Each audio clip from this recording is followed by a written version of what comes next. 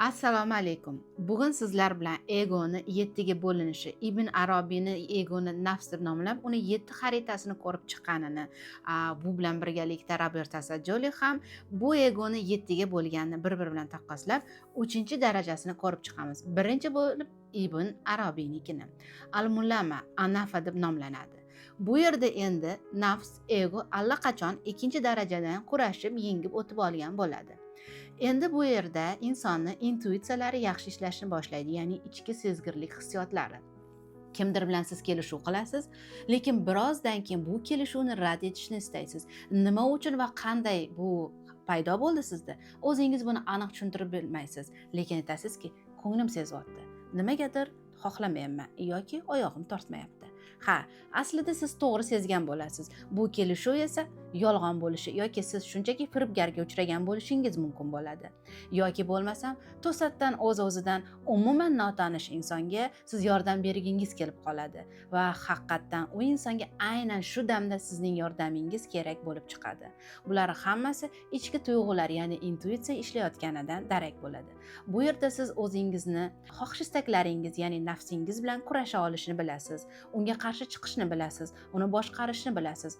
Hattoki sizga mumkin emas degan narsalarni birinchi, ikkinchi darajada agar imkoni bo'lsa mumkin emas narsalarni qilish bo'lsa, bu yerda to'xta. Nima uchun mumkin emas? Nima uchun man etilgan? Siz buni o'rganasiz, izlanasiz va o'z-o'zidan bu narsadan voz kechishni boshlaysiz. Man etilgan narsalarni ham izlanasiz. Izlanuvchilarga kirasiz, o'rganuvchilarga kirasiz va har birini tafakkur qilib, ya'ni fikrlar bilan ko'rib chiqib siz tushunishni, anglashni boshlaysiz va asta-sekin siz bu yerda ha, men izlanuvchiman, men o'z nafsimni boshqara olaman degan fikrga ham kelasiz. Ibn Arobiyning ta'kidlashi bo'yicha, bu yerda izlanuvchilar men haqiqiy menimni topdim yoki bo'lmasa men eng to'g'ri yo'ldaman deb o'ylashadi.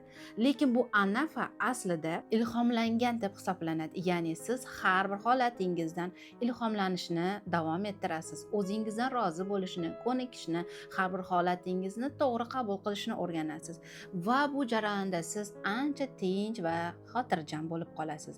Shuning uchun ham bu darajada yashayotgan insonlar ko'pincha men to'g'ri yo'ldaman deb o'ylashadi.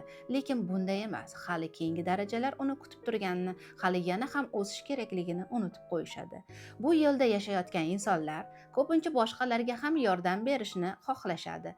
Lekin haligacha bu yerda yana o'sha ego, ya'ni nafs boshqaradi. Haligacha istaklar, xohishlar kelaveradi, paydo bo'laveradi. Lekin unga endi qarshi chiqishni yoki bo'lmasam bu istaklar aslida menga nima kerak? Menga nima foyda beradi? Bundan qanday naf olaman degan savollar berishni inson o'rganishni boshlaydi.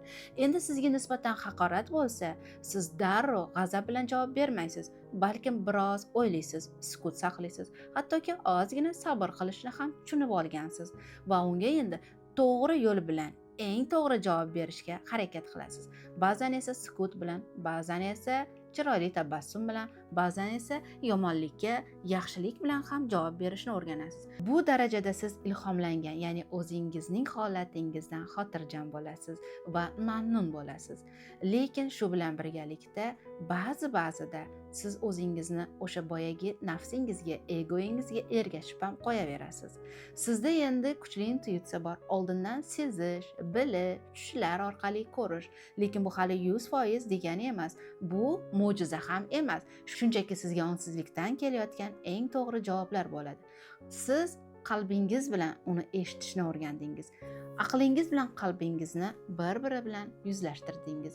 Ular bir-birini eshitishni, qabul qilishni, ba'zi bir holatlarda esa qo'llab-quvvatlashni xohlaydi va shunday ham bo'laveradi. Shuning hisobiga sizda ichki his qilishlar, intuitsiyalar ancha rivojlangan bo'ladi. Hattoki bir insonni uzoqdan ko'rib turib, yo'q, bu insonga unchalik ishonib bo'lmaydi desangiz, haqiqatan siz to'g'ri sezgan bo'lasiz. Yoki bo'lmasam, bu ish xato, bunda yaxshilik ko'rmayapman deb o'ylashingiz mumkin. Lekin haqiqatan siz haq bo'lib chiqasiz. Chunki siz endi onsizlikdan kelayotgan javoblarni his qilishni o'rgandingiz. Egoni 3-darajasida, ya'ni nafsning 3-darajasida sizni ichki sezgirligingiz ancha rivojlangan bo'ladi. Shuning uchun ham siz insonlarni ajratishni, yaxshi va yomon narsani oldindan sezishni, his qilishni boshlaysiz. Lekin buni yana bir yomon tarafi bor. Sizda endi ma'naviy mag'rurlik, ya'ni ma'naviy kibr shakllanib qolishi kuzatiladi. Ha, men oldindan bilaman-ku, men sezaman-ku o'zingizga bo'lgan kibr oshishni va bu o'zingizni yuqoridan ko'rishingizga sabab bo'ladi. Bu esa sizni keyingi yuqori darajaga o'tishingizga xalaqit beradi va ko'p izlanuvchilar mana shu darajada qolib ketilishi mumkin ekan. Ha, birinchi, ikkinchi darajada juda ham ko'p insonlar qolib ketgan bo'ladi. Lekin 3 va 4 da ham kam emas degani.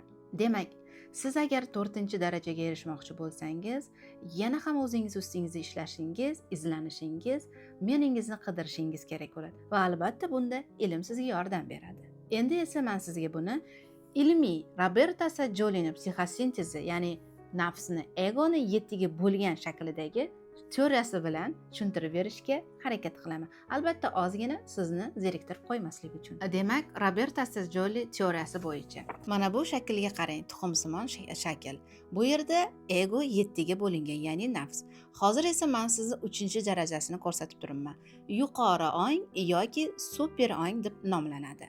Bu yerda inson ancha ongli, yaxshi yomonni ajratishni biladi, analiz qilishni biladi, tafakkur qilishni biladi, hattoki boshqalarga yordam berish istagi paydo bo'ladi. Ko'pincha bu yerdagi insonlar shunchaki altruistik bilan ham shug'ullanishi mumkin. Yana qo'shimcha qilib aytadigan bo'lsak, bu yerda endi yaxshi, yomon, to'g'ri, noto'g'ri, xato, mumkin yoki mumkin emas, hammasini ajratishni o'rganib qoldi. Va bular haligacha izlanishda davom etadigan insonlar bo'ladi. Birinchi, ikkinchi darajaga nisbatan sezgirlik ancha rivojlangan bo'ladi. Intuitsiyalar yaxshi ishlaydi, tushlar orqali sezish, belgilar orqali sezish, hattoki kutilmaganda g'oyalar paydo bo'lishi, insaytlar paydo bo'lishi va to'satdan qayerdadir belgilar, izohlar ko'rib anglashi mumkin bo'ladi. Ya'ni bu yerda endi qalb bilan ong bir-biri bilan birlashmoqda va olgan ilmlarini to'g'ri yo'lda yo'naltirishni va insonlarga foydali bo'lishni, shu bilan birgalikda o'zi qalb xotirjamligiga erishishni ham o'rgangan bo'lishadi. Ha, bu yerda yana mumkin emas narsalarni aynan nima uchun mumkin emasligini sizlarga to'liq izoh qilib tushuntirib berishi mumkin. Ya'ni shunchaki mumkin emas ekan, emas, balkim aynan nima uchun? Masalan deylik, cho'chqa go'shti mumkin emas, to'g'rimi? Shunchaki mumkin emas ekan deb ketish emas, balki nima uchun mumkin emas, qaysi faktlarga asoslanib va uni qanday zarari bor, hammasini bittalab o'rganadigan insonlarga kiradi. Ya'ni bu yerda ham qalban, ham aqlan shakllangan va shu bilan ish qiladigan insonlar kuzatiladi. Yana shu bilan birgalikda bu darajadagi insonlarda ilhom, ya'ni doimiy ilhomlar paydo bo'ladi. Xohish istaklar ko'payadi. Faqatgina bu o'zini nafsi uchun yoki o'zini egosi uchun emas, balkim jamiyatga ham foydasi tegadigan ishlar bilan mashg'ul bo'lishni boshlashadi.